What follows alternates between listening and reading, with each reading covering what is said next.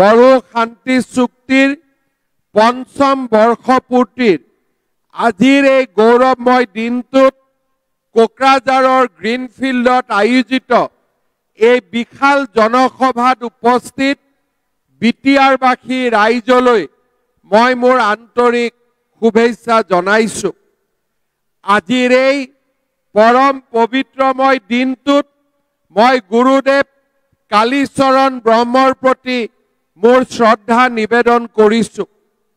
এই দিনটোতে বড়ো জাতিৰ অন্যতম পথিকৃত বডুফা উপেন্দ্ৰনাথ ব্ৰহ্ম ডাঙৰীয়াৰ প্ৰতিও গভীৰ শ্ৰদ্ধাঞ্জলি জনাইছো। বড়োসকলৰ অৰ্থনৈতিক সামাজিক অৱস্থাৰ উন্নয়নৰ বাবে গণতান্ত্ৰিক আন্দোলনৰ নেতৃত্ব দিয়া বডুফা উপেন্দ্ৰনাথ ব্ৰহ্মৰ প্ৰচেষ্টাতে বড়োসকলৰ আত্মনিয়ন্ত্ৰণৰ আন্দোলনে শক্তিশালী ৰূপ ধাৰণ কৰিছিল।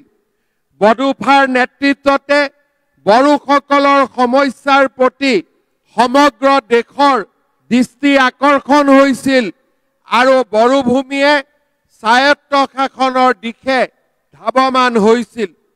ভাৰত ৰাষ্ট্ৰৰ অখণ্ডতাত পূৰ্ণ বিশ্বাসী এইগৰাকী যুগজয়ী নেতাৰ স্মৃতি যুগমীয়া কৰিবলৈ আমাৰ চৰকাৰে প্ৰতি বছৰে বড়ুফা উপেন্দ্ৰনাথ ব্ৰহ্মৰ উপজা দিনটো অৰ্থাৎ 31 মাৰ্চ তাৰিখটো ছাত্ৰ দিৱস হিচাপে পালন কৰাৰ সিদ্ধান্ত গ্ৰহণ কৰি যোৱা 2 বছৰে এই দিৱসটো পালন কৰি আহিছে।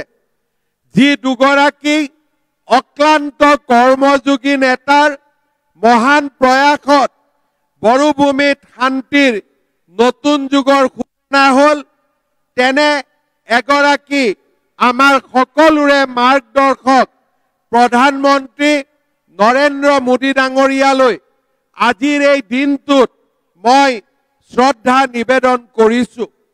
যোৱা কেইদিনমান আগতে নতুন দিল্লীত অনুষ্ঠিত বড়ো মহোৎসৱত যোগদান কৰি প্ৰধানমন্ত্ৰী নৰেন্দ্ৰ মোদী ডাঙৰীয়াই বড়ো শান্তি চুক্তিৰ ৰূপায়ণৰ প্ৰতি তেখেতৰ দৃঢ় সংকল্পৰ কথা ঘোষণা কৰিছিল।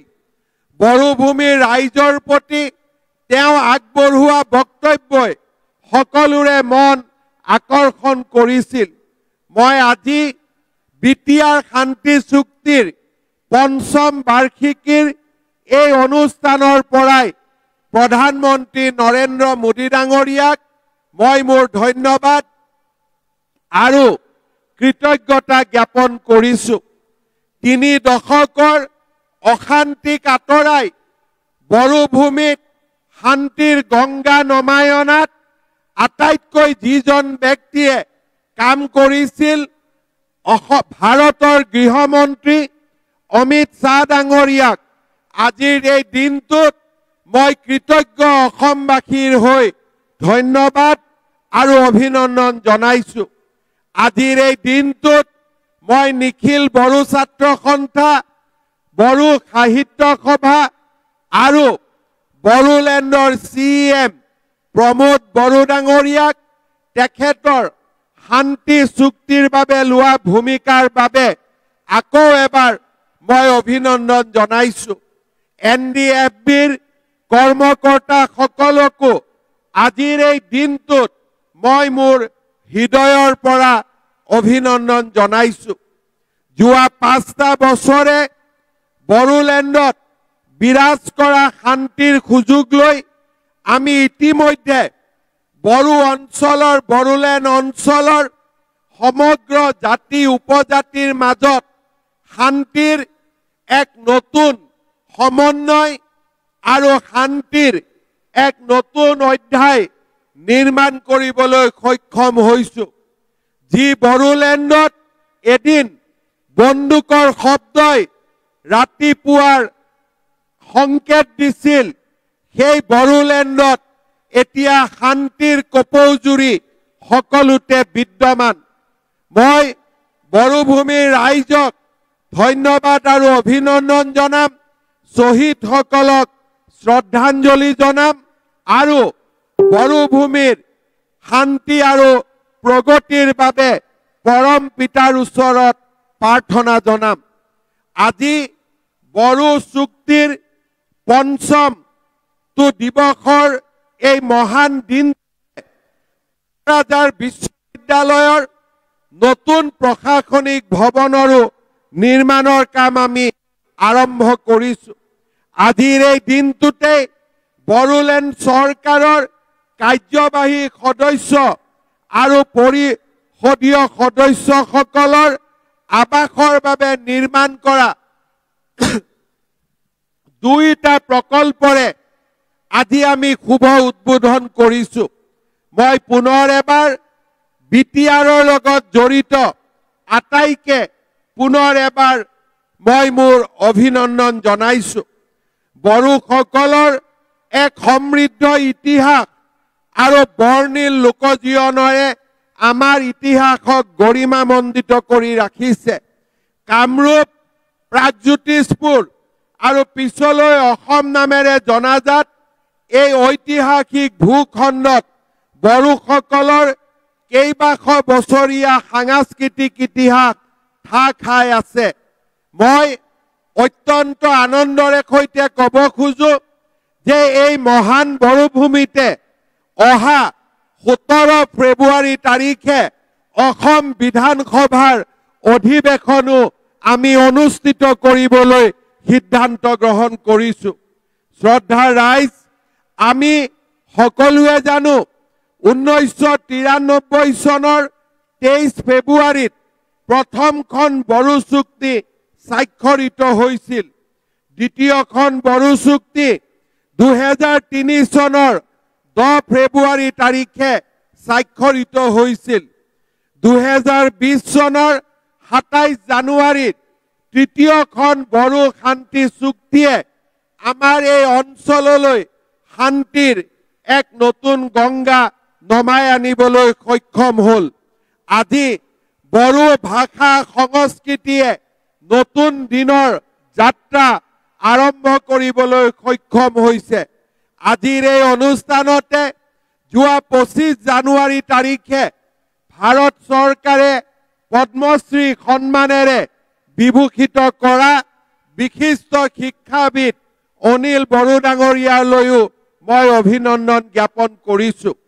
শ্ৰদ্ধাৰ ৰাইজ, যোৱা 3টা বছৰত বড়োলেণ্ডৰ বিকাশৰ বাবে অসম চৰকাৰ আৰু বিটিআৰ চৰকাৰে হাতত হাত ধৰি আমি এটাৰ পিছত এটাকৈ কাৰ্যসূচী ৰূপায়ণ কৰিছো।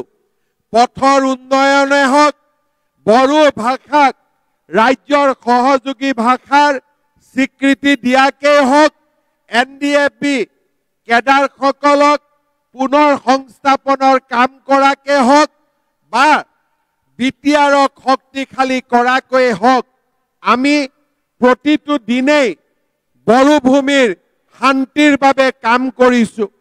বিটিআৰ চুক্তিৰ আলম লৈ ইতিমধ্যে কেইবাখনো গাঁও শোণিতপুৰ আৰু বিশ্বনাথ জিলাৰ কেইবাখনো গাঁও আমি বিটিআৰত অন্তৰ্ভুক্তি কৰিব পাৰিছো। অনাগত দিনত আৰু কেইবাখনো গাঁও শোণিতপুৰ আৰু বিশ্বনাথ জিলাৰ আৰু কেইবাখনো গাঁও আমি বিটিআৰত অন্তৰ্ভুক্ত কৰাৰ বাবে আমাৰ পৰিকল্পনাও সম্পূৰ্ণ কৰিছো।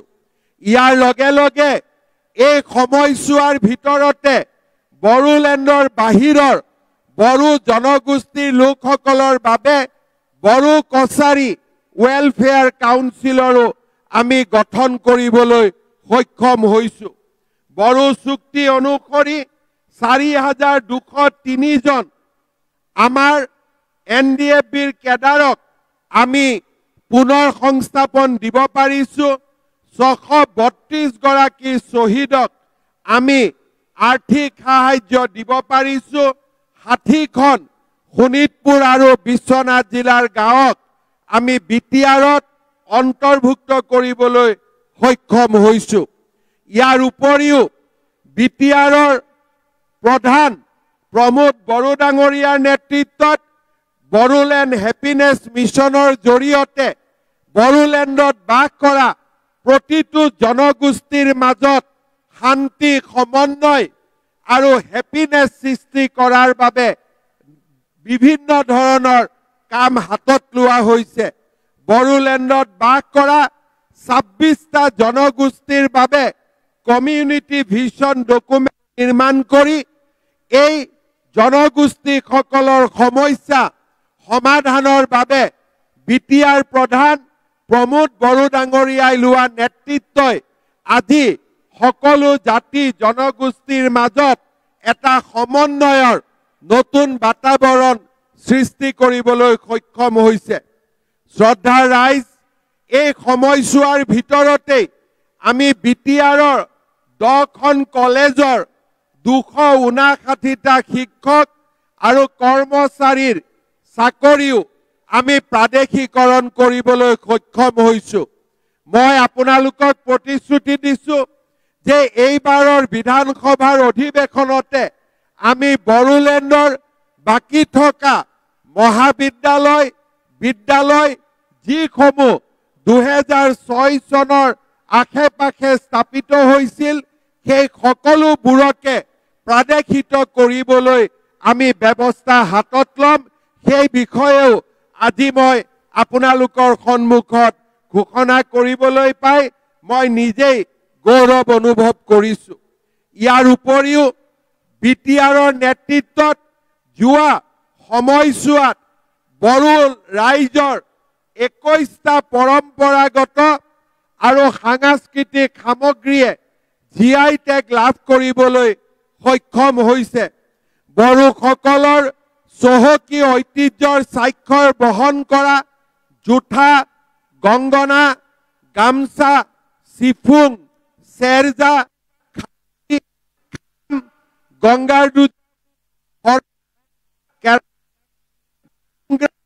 দখনা, এৰিছিল, গঠা, গঠবি, অগুলা, নাৰ্জী, নাফাম, জৌগিচি, জৌগ্ৰাণ, জৌবিদবি আৰু আৰণায়ে জিঅ'টেক লাভ কৰিবলৈ সক্ষম হ'ল, যাৰ জৰিয়তে আজি বড়োসকলৰ নিজৰ পৰম্পৰাগত আৰু সাংস্কৃতিক ঐতিহ্য কাললৈ ৰক্ষা কৰিবলৈ বিটিআৰে সক্ষমতা লাভ কৰিলে। বড়োলেণ্ডৰ ৰাইজৰ আজি আমাৰ ভূমিৰ অধিকাৰ সকলো গোষ্ঠীৰ লোককেই ভূমিৰ অধিকাৰ দিবলৈ মিছন বসুমতীৰ জৰিয়তে যি ব্যৱস্থা কৰা হৈছে সেই ব্যৱস্থাই আমাৰ সকলোৰে ভূমিৰ অধিকাৰ সুৰক্ষিত কৰিব। অহা বছৰত আমি তামুলপুৰৰ চিকিৎসা মহাবিদ্যালয়ৰ নিৰ্মাণৰ কাম সম্পূৰ্ণ কৰি তামুলপুৰৰ চিকিৎসা মহাবিদ্যালয়খন ৰাইজৰ সেৱাৰ বাবে মুকলি কৰি দিবলৈ সিদ্ধান্ত। শ্ৰদ্ধাৰ ৰাইজ, ষ্টেডিয়ামখন 125 কোটি টকা ব্যয় কৰি আমি এখন সুন্দৰ ষ্টেডিয়ামলৈ নিৰ্মাণৰ বাবে আমি কাম আৰম্ভ কৰিম।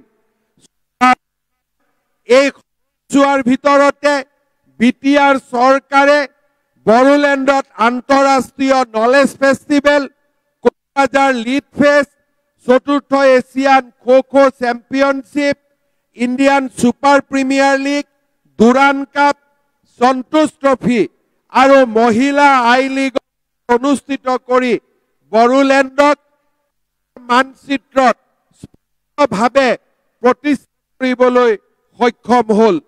মই বিটিআৰৰ এই প্ৰগতিৰ বাবে মই পুনৰ বিটিআৰ চৰকাৰক আৰু কৃতজ্ঞ কৰিছো। বিটিআৰ চৰকাৰৰ সমান্তৰালভাৱে ৰাজ্য চৰকাৰেও বিটিআৰৰ কল্যাণৰ বাবে আমাৰ আৰ্থিক সম্বলতাৰ ভিত্তিত বিভিন্ন আঁচনি ৰূপায়ণ কৰি আহিছো। বড়োলেণ্ড চৰকাৰক দুবাৰকৈ গুডউইল মিছন দি 1000 কোটি টকাৰ আমি ৰাস্তা ঘাট বনাবলৈ সক্ষম হৈছো।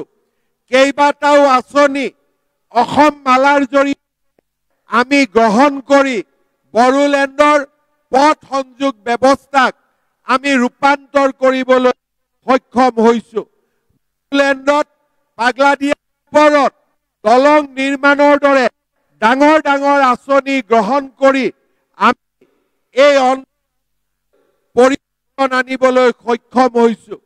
আজি আমাৰ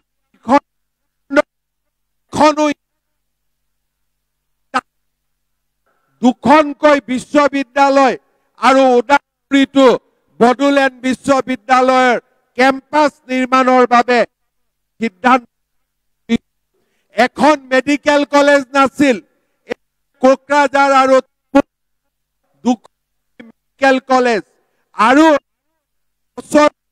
দুটাকৈ গুডউইল মিছন 500 কোটি টকাৰ দুটাকৈ গুডউইল মিছন দিয়াৰ পিছত এই বছৰ পুনৰ 400 কোটি টকা আমি বড়োলেণ্ডৰ ৰাস্তা ঘাট উন্নয়নৰ বাবে দিবৰ বাবে সিদ্ধান্ত গ্ৰহণ কৰিছো। আমাৰ বড়োলেণ্ডত 6000 কিলোমিটাৰ ৰাস্তা আমি সম্পূৰ্ণকৈ বনাব লাগে। 2000 কিলোমিটাৰৰ নিৰ্মাণৰ কাম সম্পূৰ্ণ হৈছে আৰু বাকি 4000 ৰাস্তাৰো আমি নিৰ্মাণৰ কাম পৰ্যায়ক্ৰমে হাতত লৈ তাক আমি সম্পূৰ্ণ কৰিবলৈ চেষ্টা কৰিম। শ্ৰদ্ধাৰ ৰাইজ, চিৰাঙৰ সমীপত ভূটানৰ গেলেফুত ভূটান চৰকাৰে এখন ডাঙৰ মহানগৰলৈ ৰূপান্তৰ কৰাৰ সিদ্ধান্ত লৈছে। গেলেফু মাইণ্ডফুলনেছ চিটি, এই মাইণ্ডফুলনেছ চিটি গেলেফুত নিৰ্মাণ হোৱাৰ লগে লগে আমাৰ চিৰাঙৰ গোটেই পৰিৱেশটো সম্পূৰ্ণৰূপে পৰিৱৰ্তন হ'ব।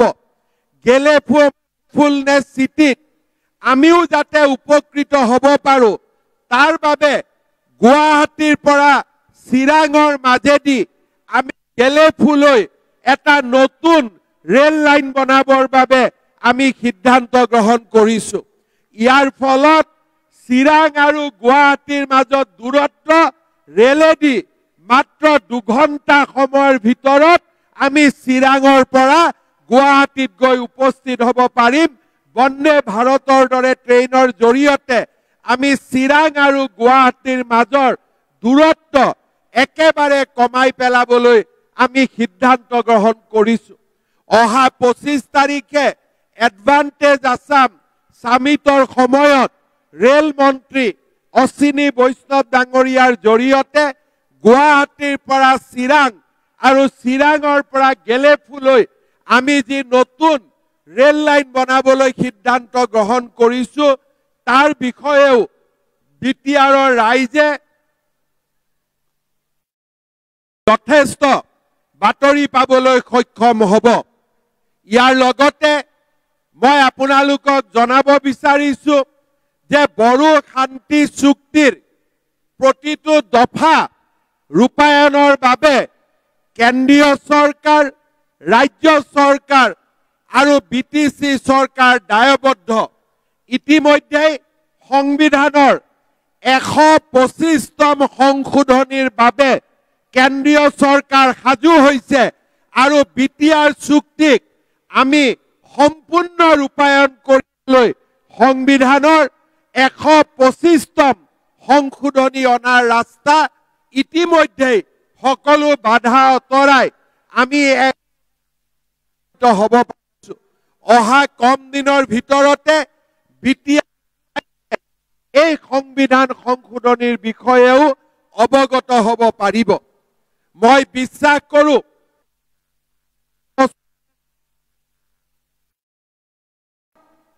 আমি অসমৰ পৰিৱৰ্তনৰ লগে লগে বিটিআৰৰ পৰিৱৰ্তনৰ এক নতুন অধ্যায় আৰম্ভ কৰিবলৈ আমি সক্ষম হলো।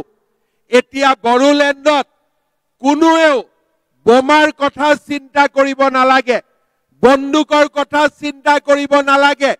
এতিয়া বিটিআৰত ৰাস্তা ঘাটৰ কথা চিন্তা হয়, কলেজ কথা চিন্তা হয়, ইউনিভাৰ্চিটিৰ কথা চিন্তা হয়। বন্দুকৰ পৰা কললৈ বন্দুক আছিল, এই বন্দুকৰ পৰিৱৰ্তে বিটিআৰত লিড ফেষ্টিভেল হৈছে, কলমৰ আন্দোলন হৈছে, জ্ঞানৰ আন্দোলন হৈছে, প্ৰজ্ঞাৰ আন্দোলন হৈছে। এয়াই হৈছে বিটিআৰৰ পৰিৱৰ্তন। যোৱা ৩.৫ বছৰত মই বিটিআৰত কিমান মোৰ লগত নাই। অসমৰ কোনো ৭৭ বছৰত একেলগ কৰিলে যিমানবাৰ বিটিআৰত আহিছে তাতকৈ বেছি যোৱা ৩.৫ বছৰত মোৰ বিটিআৰলৈ অহাৰ সৌভাগ্য হৈছিলে। মই বিটিআৰত বাথৌ পূজাটো আহিছো, বিটিআৰত মই দুৰ্গা পূজাটো আহিছো, নিৰ্বাচনৰ প্ৰচাৰৰ বাবে আহিছো, বিটিআৰ একৰ্ড ডেজতো আহিছো। আৰু যিমানবাৰে মই ইয়াত আহিছো প্ৰতিবাৰেই জনগোষ্ঠীত মৰম দেখিছো, চেনেহ দেখিছো আৰু এখন ৰূপায়িত দেখা পাইছো। নতুন বিটিআৰৰ বাবে মই পুনৰ আজিৰ এই অনুষ্ঠানত নিখিল বড়ো ছাত্ৰ সন্থা, উত্তৰা ব্ৰহ্ম ডাঙৰীয়া, আমাৰ সকলো নেতৃত্বৰ বিটিআৰ প্ৰধান প্ৰমোদ বড়ো ডাঙৰীয়াক অভিনন্দন আৰু ধন্যবাদ। নেতৃত্বতে আজি আমি এখন নতুন বিটিআৰ নিৰ্মাণ কৰিব পাৰিছো। মই বিশ্বাস কৰো ৰাজ্য চৰকাৰ, কেন্দ্ৰীয় আৰু এই তিনিওটা আজি একেটা দলৰ হোৱা বাবে, একেটা NDAৰ হোৱা বাবে আজি আমি বাধাহীনভাৱে বিটিআৰৰ প্ৰগতি, শান্তি আৰু উন্নয়নৰ বাবে কাম কৰি যাব পাৰিছো। মই পুনৰ এবাৰ এই অনুষ্ঠানতে প্ৰধানমন্ত্ৰী নৰেন্দ্ৰ মোদী, গৃহমন্ত্ৰী অমিত শ্বাহ আৰু বিটিআৰ প্ৰধান প্ৰমোদ বড়ো ডাঙৰীয়াক পুনৰ এবাৰ ধন্যবাদ আৰু অভিনন্দন জনাইছো। শ্ৰদ্ধাৰ ৰাইজ, মই বহুত দীঘলীয়াকৈ ক'ব খোজা নাই, কাৰণ 17 ফেব্ৰুৱাৰী আমি পুনৰ এবাৰ কোকৰাঝাৰত আহিম। অসম বিধানসভাৰ অধিৱেশন হ'ব আৰু অসম বিধানসভাৰ অধিৱেশনত আমি 6 শিডিউল, 6ষ্ঠ অনুসূচীক কেনেকৈ শক্তিশালী কৰিব পাৰো তাৰ বিষয়ে সেই দিনটোত আমি আলোচনা কৰিম। অৰ্থাৎ আজি অসম চৰকাৰৰ যিমানবিলাক এজেণ্ডা আছে সেই এজেণ্ডাৰ ভিতৰত 6 শিডিউলৰ ডেভেলপমেণ্ট এটা প্ৰধান হৈছে। মই পুনৰ এবাৰ এই সুন্দৰ দিনটোত বড়োলেণ্ডবাসীলৈ মই মোৰ ধন্যবাদ আৰু অভিনন্দন জ্ঞাপন কৰিছো। বডোফা উপেন্দ্ৰনাথ ব্ৰহ্মৰ আদৰ্শৰে বিটিআৰক এখন প্ৰগতি আৰু বিকাশৰ স্বৰ্গলৈ ৰূপান্তৰ কৰাৰ বাবে প্ৰতিটো খন আৰু প্ৰতিটো বিটিআৰবাসীৰ লগত একেলগে কাম কৰাৰ ধন্যবাদ।